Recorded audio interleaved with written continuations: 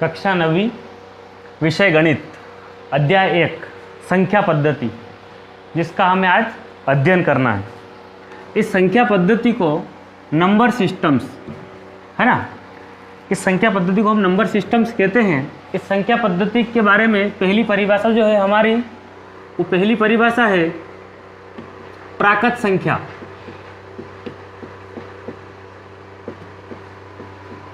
अब प्राकृत संख्याएं किसे कहते हैं? जितनी भी गिनती की संख्याएं होती है उन्हें हम प्राकृत संख्या कहते हैं। ये संख्याएं 1 से शुरू होती है और अनंत तक जाती है, प्राकृत संख्याएं कहलाती है। इनको हम n से प्रदर्शित करते हैं।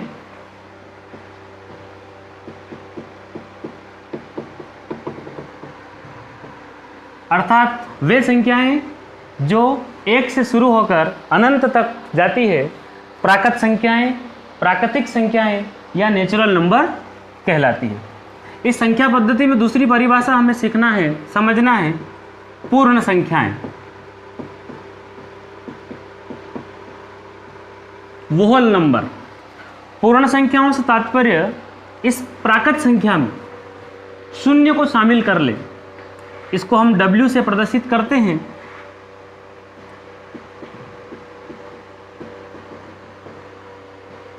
अर्थात पूर्ण संख्याओं के संग्रह में 0, 1, 2 से अनंत तक की संख्याएं पूर्ण संख्याएं कहलाती है। प्राकृत संख्या में 1 से शुरू होकर अनंत तक जाती है, प्राकृत संख्याएं कहलाती है। ये समस्त प्राकृत संख्याएं इन पूर्ण संख्याओं में है। शून्य को छोड़कर समस्त प्राकृत संख्याएं इस पूर्ण संख्याओं के अंतर्गत आती है। तीसरा, पूर्णांक, इंटीजर। पूर्णांकों का समूह कैसा होगा? तो जितनी भी पूर्ण संख्या हैं, 0, 1, 2, 3, 4 से लेकर अनंत तक, और ऋणात्मक, ऋण 1, ऋण 2, ऋण 3, अनंत तक,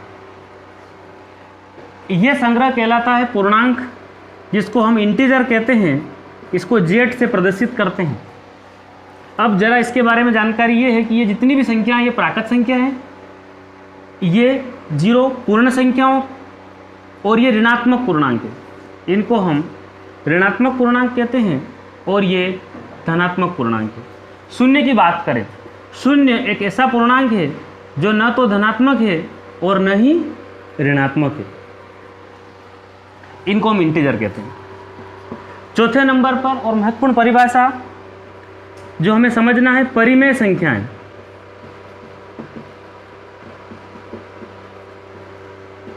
परिमेय संख्याएं, रेशनल नंबर। परिमेय संख्या से तात्पर्य वो संख्याएं जिन्हें हम P/Q के रूप में लिख सकते हैं। वो संख्याएं जिन्हें हम P/Q के रूप में लिख सकते हैं, अर्थात भिन्न के रूप में लिख सकते हैं।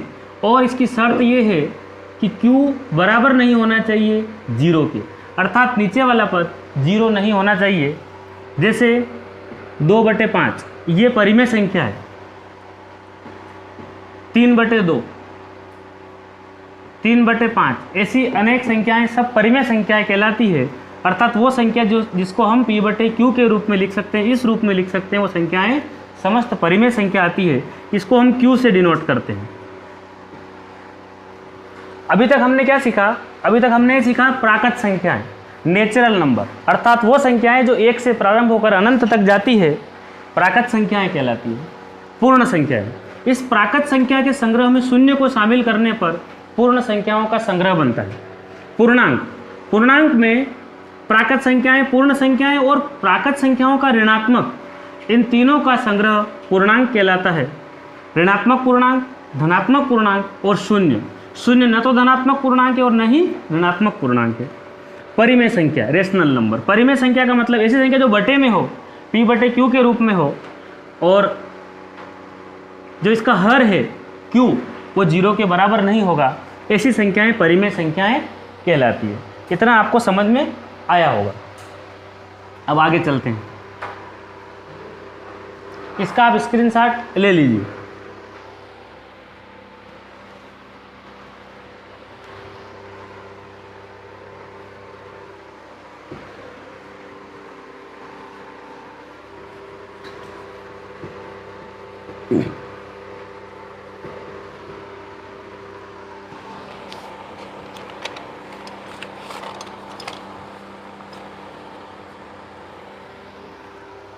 एनसीईआरटी बुक कक्षा 9 उदाहरण नंबर 1।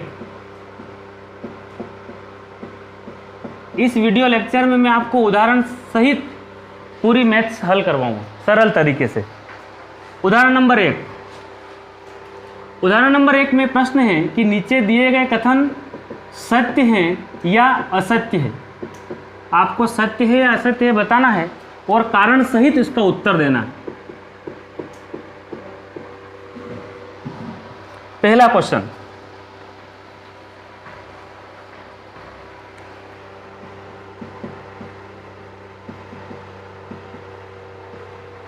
प्रत्येक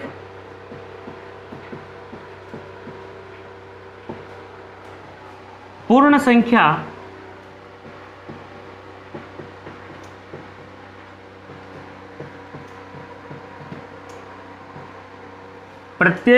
संख्या एक प्राकृत संख्या होती है।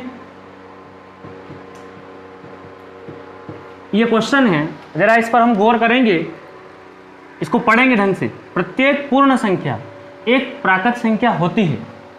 उदाहरण नंबर 1 इसका पहला है। इस सवाल हमसे पूछ रहा है कि प्रत्येक पूर्ण संख्या, पहले हम इसके बारे में डिस्कस करेंगे पूर्ण संख्याएं होती क्या है। तो पूर्ण संख्या में मैंने आपको बताया था कि जो 0 है इसको शामिल कर ले प्राकृत संख्या में तो संग्रह कहलाता है पूर्ण संख्याएं। आपको इतना समझ में आया होगा। प्राकृत संख्या की बात करें तो प्राकृत संख्या में वो सारे नंबर जो गिनती के हो, 1 से शुरू होकर अनंत तक जाती है, प्राकृत संख्या कहलाती है। ये आपका पूर्ण संख्या और ये आपका प्राकृत संख्या। पूर्ण आप याद रख सकते हो, दिख रहा है आपको 0 जैसा, अर्थात ये पूर्ण संख्या है। प्राकृत में आप याद रख सकते हो 1 से शुरू होती है। जो कमजोर विद्यार्थी वो प्राकृत संख्या 1 से शुरू होती है, पूर्ण संख्या 0 से। अर्थात प्रत्येक पूर्ण संख्या, ये जितने भी संख्या है प्राकृत संख्या है क्या, जितनी भी पूर्ण संख्या है प्रत्येक पूर्ण संख्या एक प्राकृत संख्या होती है। तो हाँ होती है। ये 1 भी मिल रहा है, 2 भी मिल रहा है, 3 भी मिल रहा है, अनंत तक मिल रहे हैं, लेकिन शून्य सिंगल नहीं मिल रहा है, शून्य नहीं मिल रहा है। इसलिए हम कह सकते हैं कथन हमारा क्या है, गलत है। किसकी वजह से गलत है, इस 0 की वजह से। ये 0 हमारा प्राकृत संख्या में नहीं है, इसलिए हम क्या लिखेंगे, इसका उत्तर कथन असत्य है। क्योंकि इसका कारण भी देना है, क्योंकि शून्य पूर्ण संख्या है न कि प्राकृत संख्या।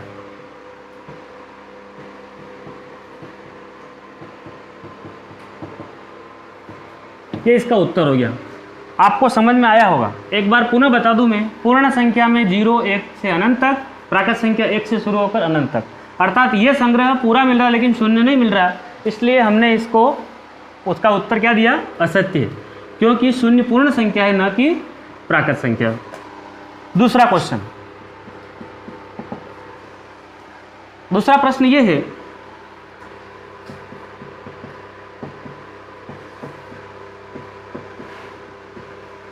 प्रत्येक पूर्णांक एक परिमेय संख्या होता है।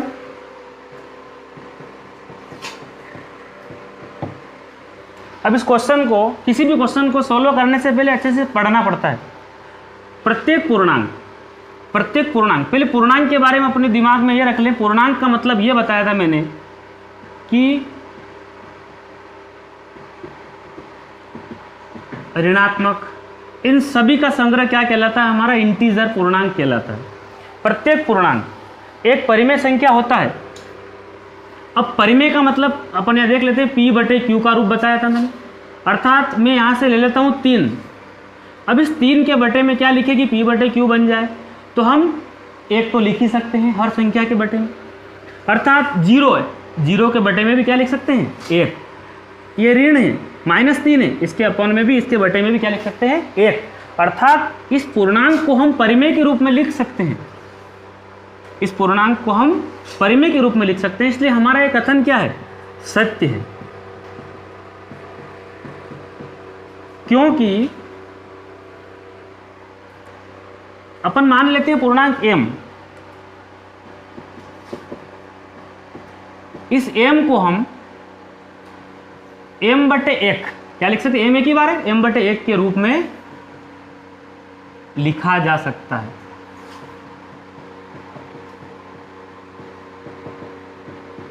आपको यह भी समझ में आया होगा, जितने भी पूर्णांक है इसके बटे में 1 कर दो तो ये क्या बन जाता है, हमारा परिमेय संख्या बन जाता है। तो प्रत्येक पूर्णांक एक परिमेय संख्या होती है, तो हाँ होती है, यह भी कथन हमारा सत्य है।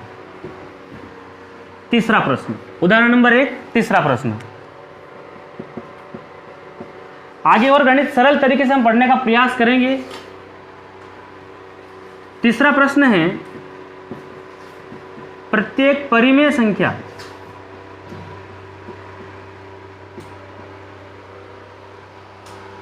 एक पूर्णांक होती है।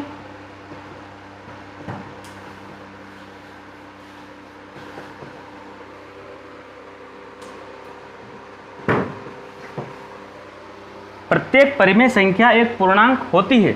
अब इस क्वेश्चन को हम पढ़ेंगे प्रत्येक परिमेय संख्या। परिमेय का मतलब वही p/q के रूप में। पूर्णांक का मतलब मैंने क्या बताया, -3, -2 से लेकर -1, 0 और धनात्मक पूर्णांक सारे को शामिल कर ले तो क्या बनता है, हमारा इंटीजर या पूर्णांक बनता है। तो प्रत्येक परिमेय संख्या एक पूर्णांक होती है। तो आपको ये बताना है कि यह कथन असत्य है। असत्य कैसे है,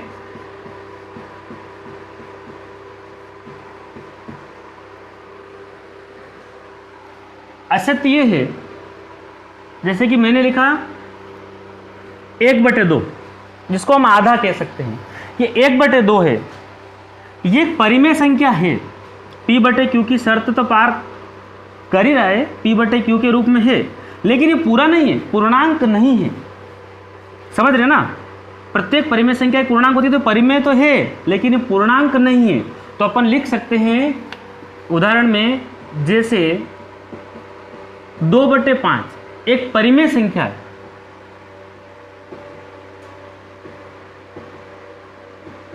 परंतु पूर्णांक नहीं है।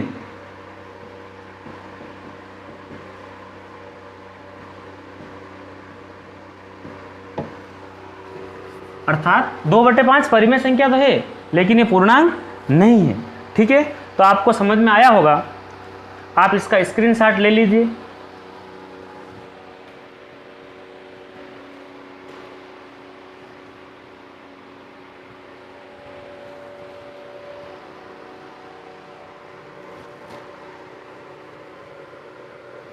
हमारा उद्देश्य यही है कि कमज़ोर से कमज़ोर विद्यार्थी भी इस गणित से लगाव रखे, और गणित वाकई में बहुत सरल है। बस ये है कि अभ्यास की ज़रूरत है। आपने मन लगाकर इस चीज़ को देख लिया तो निश्चित तौर पर आप गणित में अच्छे अंक हासिल कर सकते हैं। अब उदाहरण नंबर 2, बस देखना है, समझना है, कॉपी पेन लेकर उसमें नोट करना है। उदाहरण नंबर 2 है, एनसीईआरटी बुक में 1 और 2 ये संख्याएं, 1 और 2 के बीच आपको 5 परिमेय संख्याएं ज्ञात करनी है। 5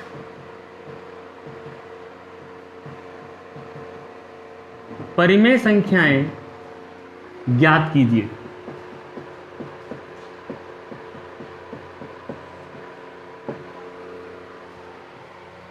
एक और 2 के बीच 5 परिमेय संख्याएं ज्ञात कीजिए।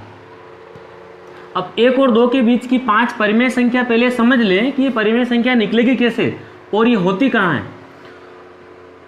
तो ये आपकी एक संख्या रेखा है जिस पर इस प्रकार के अंक प्रदर्शित होते हैं। इस संख्या रेखा में ये जो संख्याएं दिख रही हैं, ये धनात्मक है, इधर ऋणात्मक है। तो 1 और 2, ये 1 और 2 है, इसके बीच में और भी संख्याएं हैं, और वो किस रूप में निकालना है, परिमेय के रूप में, मतलब p/q के रूप में आपको निकालना है। 1 और 2 के बीच में आपको 5 परिमेय संख्या निकालनी। तो हम इस क्वेश्चन को कैसे हल करेंगे, आपको निकालनी है 5 1 और 2 के बीच में, तो हम इसको लिखेंगे 1 और 2 के बीच 5 परिमेय संख्याएं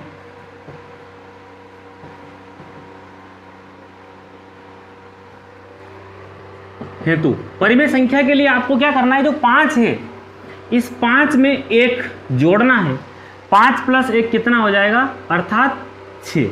इस 6 को हमें हर के रूप में लिखना है।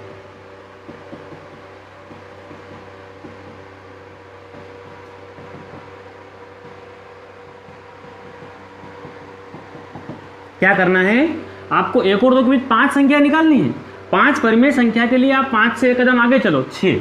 5 + 1 करेंगे तो 6 हो जाएगा। इस 6 को हमें हर के रूप में लिखना होगा, तो आपको निकालनी है 1 तथा 2।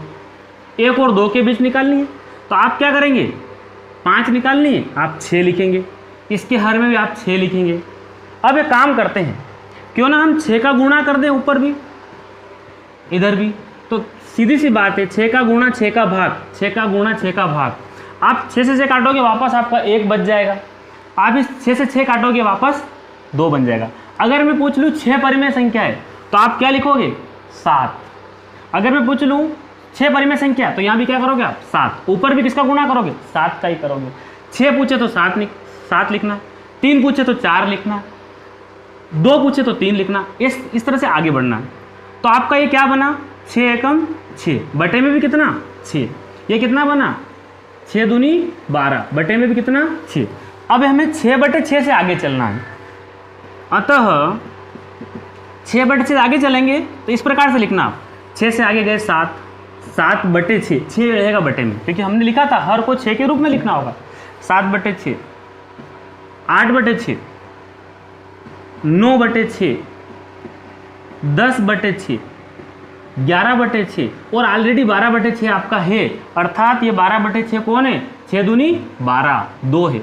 6 एकम 6 मतलब 1 है। तो 1 और 2 के बीच में ये कितनी संख्या निकाल दी आपने, परिमेय, 5 परिमेय संख्या निकाल दी। ये आपका आंसर है।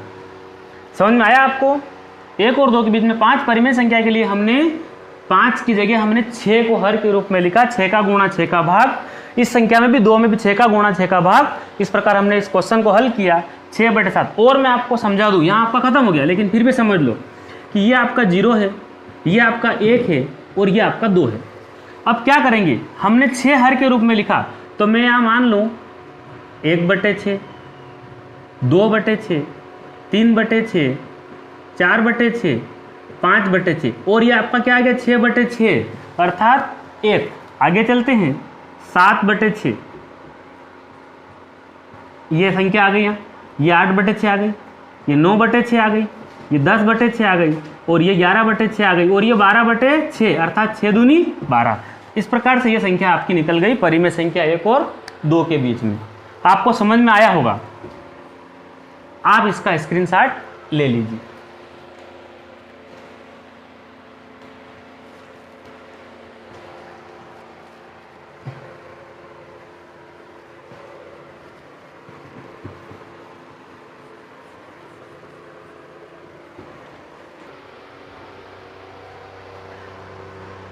प्रश्नावली 1.1, पहला प्रश्न, क्या 0 एक परिमेय संख्या है? क्या आप P/Q के रूप में लिख सकते हैं, जहां P और Q पूर्णांक है और Q बराबर नहीं है 0? अर्थात इस प्रश्न को आप ध्यान से पढ़ोगे तो यहां से अपन शुरू करते हैं। क्या 0 एक परिमेय संख्या है? क्या 0 एक परिमेय संख्या है? तो सारे पूर्णांक, जितने पूर्णांक होते हैं, वो समस्त पूर्णांक को हम परिमेय संख्या के रूप में लिख सकते हैं, अर्थात बटे में 1 करो। तो 0 के बटे में हम क्या लिख सकते हैं, 1। अर्थात ये जो प्रश्न है, क्या 0 एक परिमेय संख्या है, तो हमें बताना है हाँ 0 एक परिमेय संख्या है। हाँ 0 एक परिमेय संख्या है।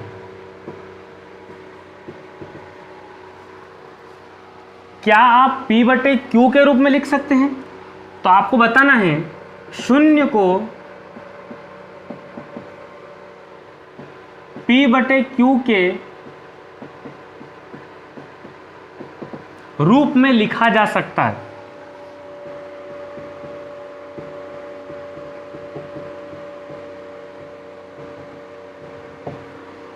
कैसे? जैसे ये लिखा शून्य, इसको P बटे Q के रूप में, मतलब बटे में एक तो हम कर ही सकते हैं, 0 बटे 1। और ये किस रूप में? देखिए 0 बटे 1, अर्थात ये ऊपर वाला P नीचे वाला Q, तो ये P बटे Q के रूप में भी हो गया। ये P और Q क्या है? पूर्णांक है। जहां P और Q पूर्णांक है तो आपको बताना है जहां P और Q पूर्णांक है,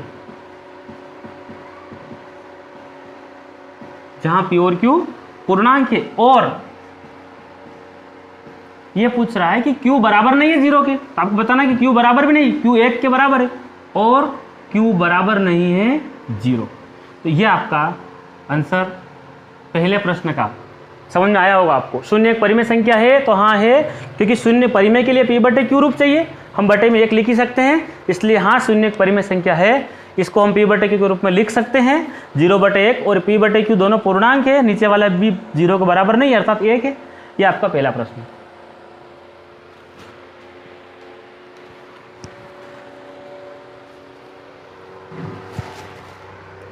इसका स्क्रीनशॉट आपने ले लिया होगा। आगे चलते हैं।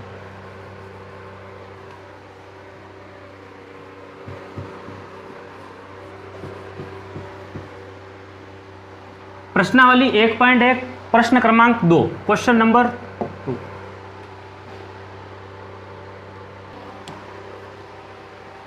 प्रश्न है 3 और 4 के बीच में 6 परिमेय संख्याएं ज्ञात कीजिए। अभी हमने थोड़ी देर पहले एक उदाहरण हल किया है जिसमें हमने परिमेय संख्या निकाली 1 और 2 के बीच में। अब प्रश्न ये है कि 3 और 4 के बीच में 6 परिमेय संख्या आपको ज्ञात करनी है। तो मैंने बताया था कि आपको 6 निकालनी है, तो आप कितनी निकालोगे? 7।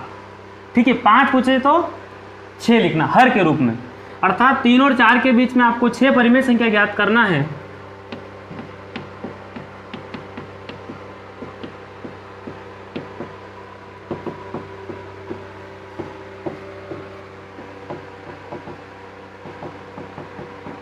छह परिमेय संख्या हेतु हम 6 + 1 करते हैं तो ये अर्थात होता है हमारा 7। इस 7 को हमें हर के रूप में लिखना है।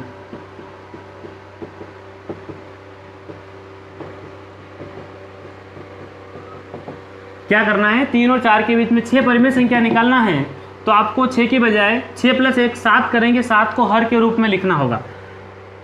3 तथा 4, 3 और 4, तो हमें क्या करना है? हर में 7 लिखना है, यहाँ भी हर में 7 लिखना है, लेकिन हमें 7 का गुणा 7 का भाग, यहाँ ऊपर 7 का गुणा नीचे 7, 7 से 7 कटा आपका वापस 3 शेप रह गया, 7 से 7 कटा आपका वापस 4 शेप रह गया। 7 तिया होता है 21 बटे 7, अर्थात 7 तिया 21 वापस क्या बन गया? 3। 7 चौक 28 बटे में 7, 7 चौक वापस आपका 28, 4 बन गया। अर्थात हमें निकालनी है 6, तो हम 21 बटे 7 से आगे चलते हैं तो आपका बनेगा 22 बटे 7, 7 आपका हर रहना चाहिए। 23 बटे 7, 24 बटे 7, 25 बटे 7, 26 बटे 7 और 27 बटे 7। आपका अगला बिंदु बनेगा 28 बटे 7, जो कि ऑलरेडी है अपने पास, इसलिए 1 2 3 4 5 और 6, ये 6 परिमेय संख्या आपकी 3 और 4 के बीच की ये होगी। 2 परिमेय संख्याओं के बीच में अनेक परिमेय संख्या हो सकती है, जरूरी नहीं हो इसके बीच में और भी संख्याएं हैं, इसलिए ये हमारा उत्तर है। इसको आप समझ लीजिए, उतार लीजिए।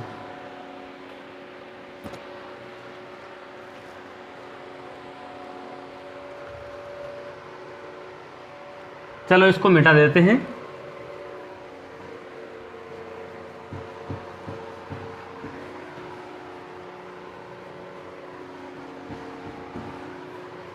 प्रश्न क्रमांक 3। प्रश्न क्रमांक 3, 3/5 और 4/5 के बीच 5 परिमेय संख्या ज्ञात कीजिए। कितनी निकालनी है? 5 परिमेय संख्या। अभी हमने निकाली है, हमने पूर्णांकों की निकाली, अब परिमेय संख्या आ गई, बटे में भी कुछ अंक आ गए, तो परिमेय के बीच में परिमेय निकालना है। तो हम क्या लिखेंगे? 3/5 और 4/5 के बीच 5 परिमेय संख्याएं हेतु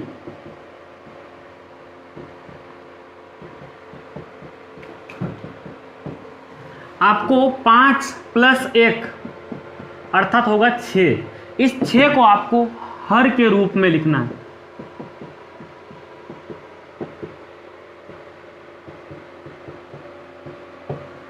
ठीक, मैंने लिखा 3/5 तथा 4/5। आपको 5 निकालनी है तो हमने लिखा 6। 6 का गुणा 6 का भाग, इधर भी 6 का गुणा 6 का भाग। अब आप बताइए क्या बनेगा? 6 तिया 3 छंग 18 होता है और 5 छंग होता है 30। ये 4 छंग होता है 24, ये 5 छंग होता है 30। कहने का मतलब है यहाँ भी हर में 30, यहाँ भी हर में 30। हमें 5 निकालनी थी, हमने 6 का गुणा 6 का भाग कर दिया। अब हम 18/30 से आगे चलते हैं। 19/30, 20/30, 21/30, 22/30, 23/30 और अगली संख्या 24/30 अपने पास है, तो 4/5 का रूप है। अतः 1, 2, 3, 4 और ये 5 परिमेय संख्या आपकी निकल गई। आपको समझ में आया होगा कि जब भी वो 5, 6 जितनी पूछे उससे एक कदम आगे चलना है और परिमेय संख्या हम निकाल सकते हैं बिल्कुल सिंपल तरीके से। उम्मीद है ये भी आपको समझ में आया होगा। ये परिमेय के बीच में परिमेय निकाल दिया आपने। ठीक, इससे कोई परिवर्तन नहीं होगा, बटे में है कोई दिक्कत नहीं। 6 का गुणा 6 का भाग, गुणे में गुणा ही करते हैं भाई। 3 छंग 18, 5 छंग 30, ऐसे चलना है। 4 छंग 24, 5 छंग 30। यहाँ कोई कंफ्यूजन नहीं होना चाहिए। इसका स्क्रीनशॉट आप ले लीजिए।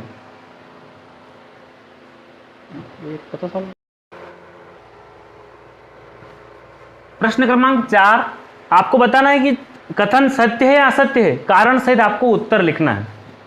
तो यह प्रश्न है, प्रत्येक प्राकृत संख्या एक पूर्ण संख्या होती है। तो आपको इस क्वेश्चन को ध्यान से पढ़ना है। प्राकृत संख्या, प्राकृत संख्या का मतलब गिनती के अंक, अर्थात ये संख्याएं जो 1 से प्रारंभ होकर अनंत तक जाती है। हमने अभी पढ़ा था, ये प्राकृत संख्या है। प्रत्येक प्राकृत संख्या, ये समस्त प्राकृत संख्या है। पूर्ण संख्या होती है तो पूर्ण में हम क्या करेंगे? शून्य को शामिल कर देंगे, तो क्या होगी आपकी? ये पूर्ण संख्या। तो जितनी भी संख्याएं हैं प्राकृत, ये पूर्ण में भी है, इसलिए प्राकृत संख्या पूर्ण संख्या होती है। जितनी प्राकृत संख्या है वो सब इसके अंदर भी है, इसलिए हमारा ये कथन क्या है? सत्य है। क्योंकि प्राकृत संख्याएं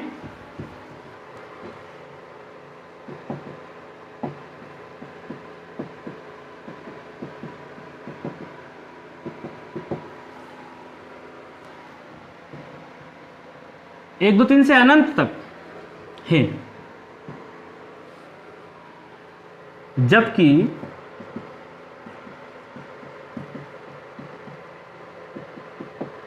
पूर्ण संख्याएं 0, 1, 2, 3 से अनंत तक, इसलिए हमारा ये कथन सत्य है ना। समस्त प्राकृत संख्या पूर्ण संख्या होती है। प्राकृत संख्या 1, 2, 3 से शुरू होती है और पूर्ण संख्या 0 से, इसलिए समस्त प्राकृत संख्या पूर्ण संख्या होती है। कथन हमारा सत्य है। दूसरा प्रश्न, प्रत्येक पूर्णांक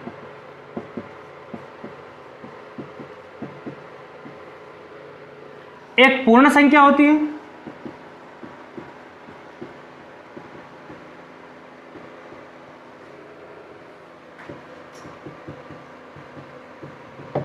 प्रत्येक पूर्णांक एक पूर्ण संख्या होती है। इस प्रश्न को हम ढंग से पढ़ेंगे। पूर्णांक, इंटीजर, -3, -2, 1, 0, 1, 2, 3, ये प्राकृत संख्या है, यहाँ से पूर्ण संख्या है और ये समस्त पूर्णांक कहलाता है। तो प्रत्येक पूर्णांक एक पूर्ण संख्या होती है। तो ये जो पूर्णांक दिख रहे हैं, ये पूर्ण संख्या है या नहीं है, इसके लिए हमें देखना पड़ेगा कि पूर्णांक तो ये होते हैं, लेकिन पूर्ण संख्या आपकी यहाँ से पूर्ण संख्या होती है। तो कहने का मतलब है कि यहाँ से पूर्ण संख्या है और ये हटा दें अपन, तो ये समस्त क्या है? पूर्णांक है। इसलिए हमारा ये कथन क्या है? असत्य है। क्यों असत्य है? क्योंकि जो पूर्ण संख्याएं ऋणात्मक नहीं हो सकती, ये इधर के नहीं है ना, उसमें पूर्ण संख्या आपकी यहां शुरू होती है 0 से, पूर्ण संख्या ऋणात्मक नहीं हो सकती।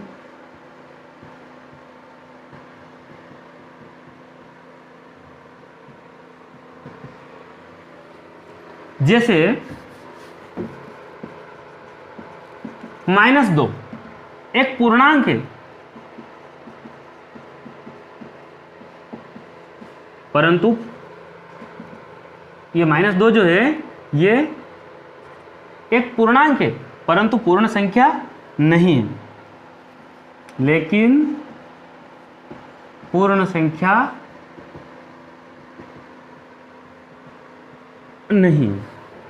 तीसरा प्रश्न 1.1 का तीसरा प्रश्न ये है, प्रत्येक परिमेय संख्या एक पूर्ण संख्या होती है।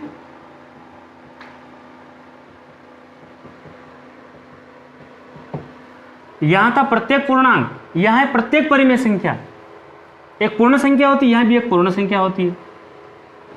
तो आपको ये बताना है परिमेय संख्या मतलब p/q के रूप में, ये 2/5 ये परिमेय है, और पूर्ण संख्या क्या है आपकी 0, 1, 2, 3 ये सब पूर्ण संख्या कहलाती है। तो आप मुझे बता दो ये परिमेय संख्या है और ये पूर्ण संख्या है, तो ये भी कथन आपका क्या हो गया, असत्य हो गया। आपको लिखना है असत्य, ये इसका उत्तर है असत्य। क्यों असत्य है? क्योंकि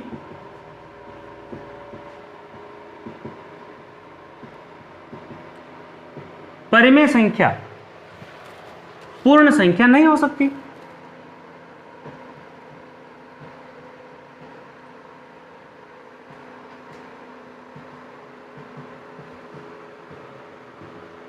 जैसे उदाहरण बता देते हैं, जैसे 2/5 एक परिमेय संख्या है ना, एक परिमेय संख्या है परंतु पूर्ण संख्या नहीं है।